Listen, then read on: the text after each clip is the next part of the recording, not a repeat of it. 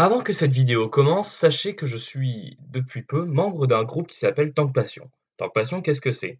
C'est une association, enfin oui, on peut appeler ça une association, qui voit à partager tout ce qui est histoire de blindés et également pourrait se mettre à la restauration et à des événements de rencontres de blindés, c'est-à-dire de rassemblements de blindés, sur le sol français. Je vous invite ainsi à vous abonner à leur chaîne YouTube et à aller visiter leur site. Tout est dans la description.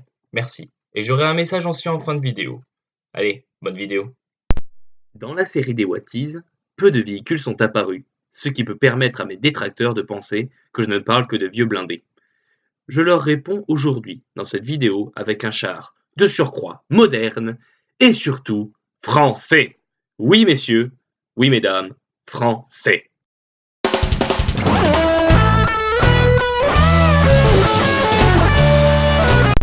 Bon, maintenant, vu que tout le monde a mis sa marinière, son béret, sa clope au bec, son foulard rouge, a pris sa baguette, son saucisson et sa bouteille de vin, on peut enfin parler de la MX-13.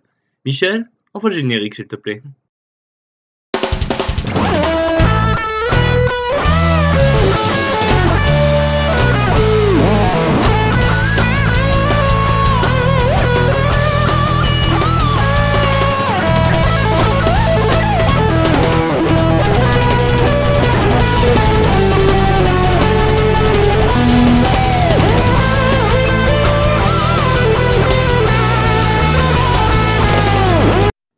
Cette vidéo a été produite pour permettre une sorte d'hommage à ce char qui a été remplacé par le Leclerc en 1993. Leclerc.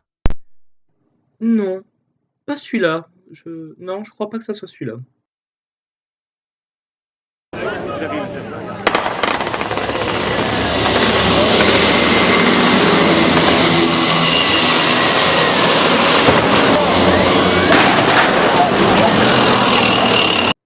Bah voilà, celui-là. Bon, on va commencer parce que là j'ai vraiment tergiversé. La MX-30 appartient à la deuxième génération de chars de combat principal et a équipé l'armée française pendant près de 30 ans. À partir de 1966, il a été construit près de 3571 exemplaires, avec les versions dérivées comprises bien évidemment. Je vais revenir plus tard dans la vidéo de quoi je parle. La moitié de ces chars ont été exportés, pour la plupart. 1100 châssis ont été utilisés pour développer d'autres systèmes d'armes sur les châssis blindés, tels que le char de dépannage, obusier d'automoteur, ou encore un lance-missile. Vous allez voir, on va argumenter.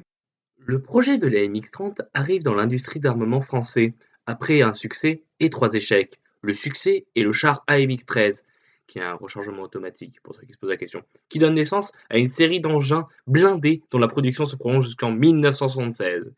Et pour les ratés, nous avons en 1945 la RL-44, en 1960 la MX-50, et encore en 1960 le prototype de char 25 tonnes Batignolles-Châtillon, portant le nom d'un prototype de char de la Seconde Guerre mondiale.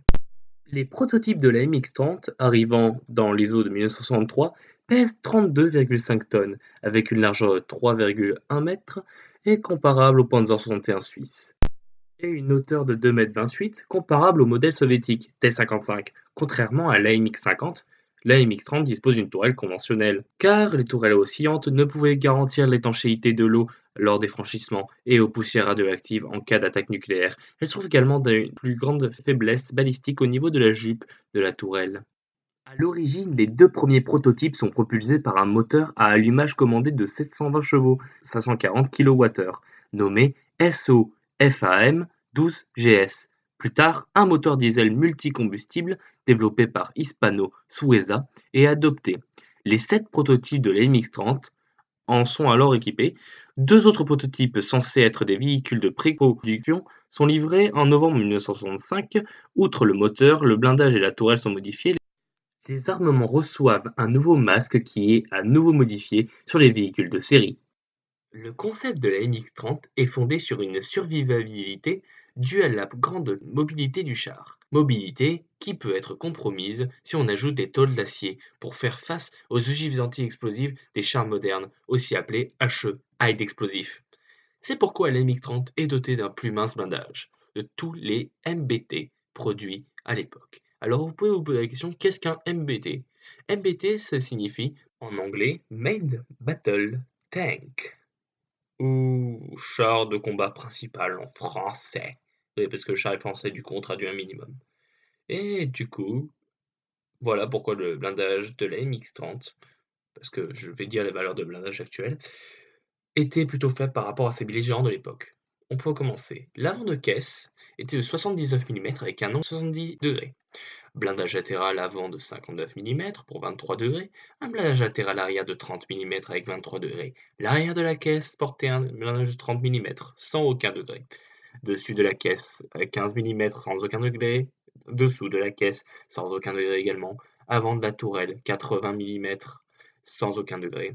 40, pour le côté de la tourelle 41,5 avec aucun degré. L'arrière de la tourelle 50 mm, toujours aucun degré. Dessus de la tourelle 30 mm, aucun degré. Le blindage offre ainsi une protection contre les projectiles perforants de calibre de 20 mm, soit ceux utilisés pendant la Seconde Guerre mondiale par les Panzer II, les T-60 ou les AB, les chars italiens. La MX-30 fait l'objet d'un grand nombre de variantes valorisées ou destinées à l'export. En outre, des systèmes d'armes et de véhicules de tout type sont développés à partir de châssis de la MX-30B, véhicules de dépannage, canons et lanceurs de missiles antiaériens, lanceurs nucléaires ou canons automoteurs. Ce choix du châssis unique dans l'armée française permet d'une part avoir une homogénéité dans les véhicules de combat, ce qui leur permet d'évoluer ensemble, et d'autre part, elle simplifie la maintenance et la logistique.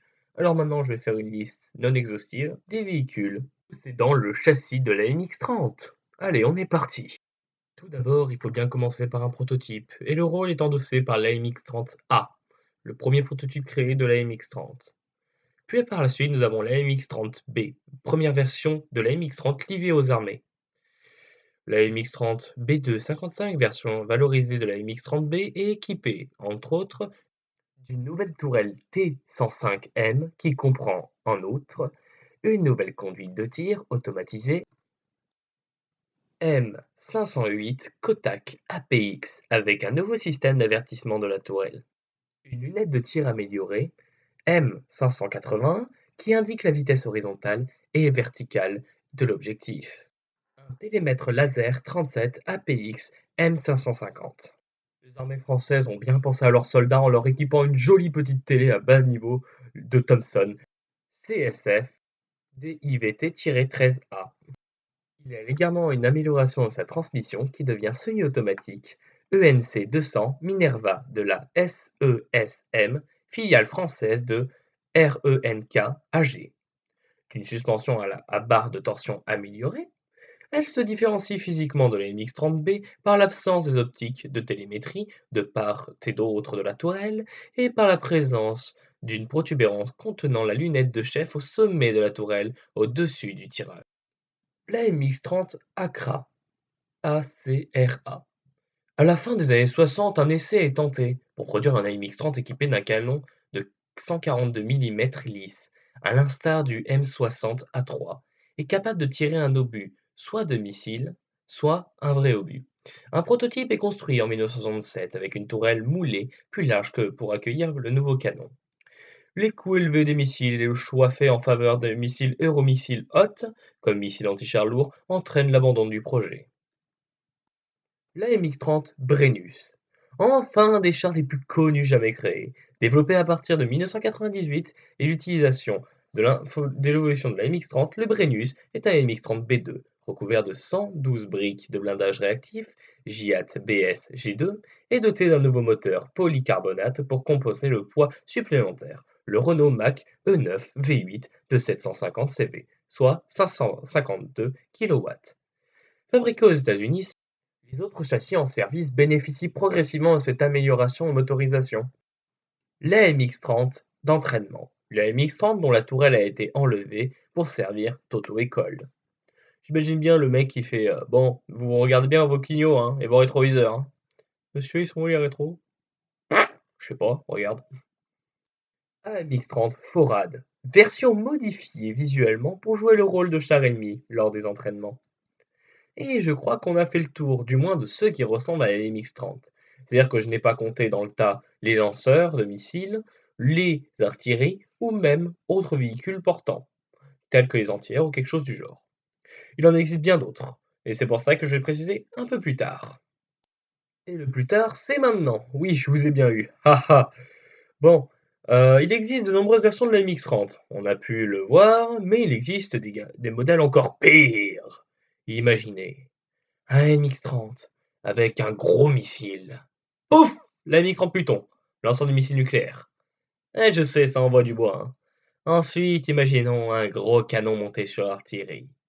Pouf! La MX-30 au Steph-1, avec un canon de 155 mm. Imaginons encore, oui encore, un lanceur de missiles plutôt petit. Pouf! La MX-30 Javelot, ou encore la MX-30 SA, ou bien la MX-30 Roland, ou également la MX-30 Shaheen. Enfin bref, je vous ai présenté la plus ouf, car entre le poseur de pan, le bulldozer, ouais, si tu veux, le démineur, le dépanneur, je me rends compte que tu peux faire tous les métiers avec les MX-30. Attendez.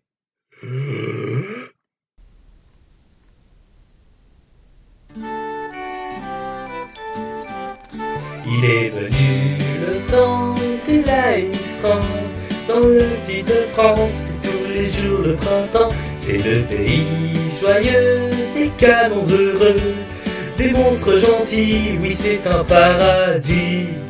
Cette guerre n'est pas loin, car il suffit d'un peu d'imagination pour que tout près de vous, pousse les chars, la poudre et ses canons. Voici venu le temps, les MX-30 Javelot. Dans les bidonvilles, c'est tous les jours l'incendie. C'est le pays en feu, des terroristes heureux, des monstres gentils, oui c'est un paradis. Si seulement nos ingénieurs avaient envie de construire un char polyvalent, tout serait beaucoup plus gai, et pour chacun la mort serait plus facile. Voici venu le temps des lance-missiles. Dans les pays Maghreb, c'est tous les jours incendie. C'est le pays en feu, des terroristes heureux, des monstres gentils, oui c'est un paradis. Et le soir, dans le noir, quand bien chaud au fond de votre journée s'achève, vous pouvez nous inviter à revenir chaque nuit dans vos villes en ruine. Voici venu le temps des AMX-30. Dans la ville des terreaux, c'est tous les jours le printemps. C'est le pays joyeux des AMX-30 B2, des monstres gentils, oui c'est un paradis. Alors, je sais pas ce qui m'est arrivé. Bon, enfin. Après tout, la MX-30 a servi sous de nombreux drapeaux, tels que Israël, l'Arabie Saoudite, la Grèce, l'Espagne, l'Émirat arabes unis, le Qatar, l'Irak, le Venezuela et bien d'autres. Mais déjà ça en fait beaucoup, car le char est le moins cher du marché, le Léopard étant beaucoup plus cher. Et il est plus apprécié par les pays neutres, car moins cher. Ce cher AMX-30 a connu sa libération, du moins en France, en 1993, et sa légende est aujourd'hui connue dans les musées qui brandissent l'étendard d'un pays grand, puissant, et qui au fil de l'histoire a innové pour donner des merveilles. Attends, attends, attends, attends, attends. Tu ne serais pas en train d'éviter à raconter l'histoire en faisant une belle conclusion? Merde, il a remarqué ce con. Ah, en même temps, allez. Vas-y. Fais-toi plaisir, regarde le nombre de théâtres d'opération qu'a eu MX-30. Ouais, ça en fait beaucoup quand même, hein. Beaucoup. Ah, attends, j'ai une idée. Qu'est-ce que t'as encore comme connerie à me balancer? Regarde! France, pays qui a vu traverser de nombreuses étapes, des guerres, des conflits, et qui a créé, par son ingénierie, un des chars les plus utilisés dans le monde. Son nom, la MX-30. Un char qui a servi, que ce soit dans les parties les plus reculées de la jungle ou dans le désert les plus lointains. Il a vu traverser de nombreux paysages et vu de nombreuses personnes. Ses capacités au combat étaient hors du commun, dépassant même pour certains les chars de l'époque. Son blindage, malgré léger, il lui permettait d'aller à une vitesse relative assez rapide pour esquiver les tirs. Il était un des fleurons de l'armée française, et l'a été jusqu'en 1998. Ouais, c'était de la merde. Chut, va dans le coin. Va dans le coin. Ok, c'est bon, je sors. Eh bien oui, j'ai la flemme. Ça arrive à tout le monde. Bon, de toute façon, il a passé le flambeau, un char plus puissant, le dépassant de toutes ses limites connues. Et... Oh les cons! Comme dit en début de vidéo, j'avais un message important. En effet, je vais préparer une FAQ, donc posez-moi des questions dans les commentaires de cette vidéo, et je vous dis à la prochaine. Ciao!